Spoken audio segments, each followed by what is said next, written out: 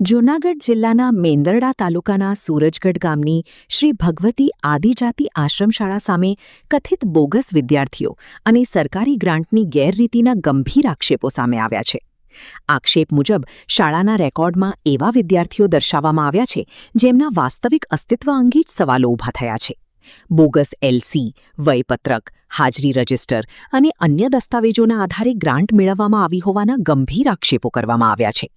કાગળ પર વિદ્યાર્થીઓની સંખ્યા મોટી, પરંતુ જમીની હકીકતમાં વિદ્યાર્થીઓની હાજરી અંગે સવાલો. તો બીજી તરફ નિભાવ, સ્ટેશનરી, યુનિફોર્મ સહિતની સરકારી ગ્રાન્ટ મેળવાઈ હોવાનો દાવો છે. સવાલ એ છે કે બાળકો જો ખરેખર હાજર ન હોય તો તેમના નામે આવતી ગ્રાન્ટ કોના ખિસ્સામાં જાય છે? સમગ્ર મામલે વિદ્યાર્થીઓના આધાર વેરિફિકેશન, એલસી, જન્મ પ્રમાણપત્ર, હાજરી રજિસ્ટર અને ગ્રાન્ટના હિસાબોની તાત્કાલિક તપાસ કરવાની માંગ ઉઠી છે. આક્ષેપો સાચા સાબિત થાય તો જવાબદારો સામે કડક કાયદેસરની કાર્યવાહી અને સરકારી નાણાંની વસૂલાતની માંગ છે.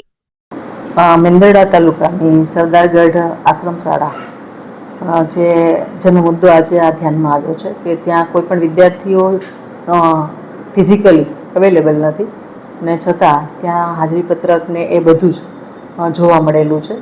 આવો એક મુદ્દો આજે ધ્યાનમાં આવ્યો છે. યુવરાજસિંહ જાડેજા તરફથી અમને આ બધી સૂચનાઓ મળી છે. એટલે આ ખરેખર આ શાળા જે છે એ આદિજાતિ વિભાગ હસ્તકની એક આશ્રમ શાળા છે અને એનું સંચાલન પણ બધું જ આદિજાતિ વિભાગ દ્વારા જ થતું હોય છે. જેવો આ મુદ્દો અમારા ધ્યાનમાં આવ્યો કે તરત જ મારે એમના નાયબ નિયામક એમની જોડે આ બાબતે વાત થઈ. એમના દ્વારા અમને એવું સૂચના આપવામાં આવી કે ભાઈ એમના દ્વારા આ શાળાની આખી તપાસ થઈ ગઈ છે. એમનો આખો અહેવાલ છે એ રાજ્ય કચેરીને એમણે રજૂ કરી દીધેલો છે. એમનું એક હિયરિંગ પણ રાજ્ય કક્ષાએ થઈ ગયેલું છે. આગળની કાર્યવાહી છે એ અત્યારે ઓનગોઈંગ પ્રોસેસમાં છે. આ સિવાય રૂબરૂમાં અમને જે કંઈ પણ એના આધાર પુરાવાઓ આ બાબતે વિશેના રજૂ થયેલા છે એ બધી જ બાબતો ધ્યાને રાખી અને એમાં જે કોઈ પણ ચેનલ વાઇઝ જે લોકોની ભૂમિકા જવાબદારી નક્કી થતી હશે એના તરફ અમારા અહીંની જિલ્લા લેવલની એ આખી એક કમિટી રચી અને એ કમિટી દ્વારા સઘન એની ઊંડાણથી તપાસ થશે, તમામ આધારો તપાસાશે અને એમાં જે કંઈ પણ તથ્ય બહાર આવશે એ બધા ઉપર આખી ચેનલ વાઇઝ જ નિયમ અનુસારની ખાતાકીય કાર્યવાહી 100% કરવામાં આવશે. રિપોર્ટર રાવલિયા મધુબેન, જૂનાગઢ.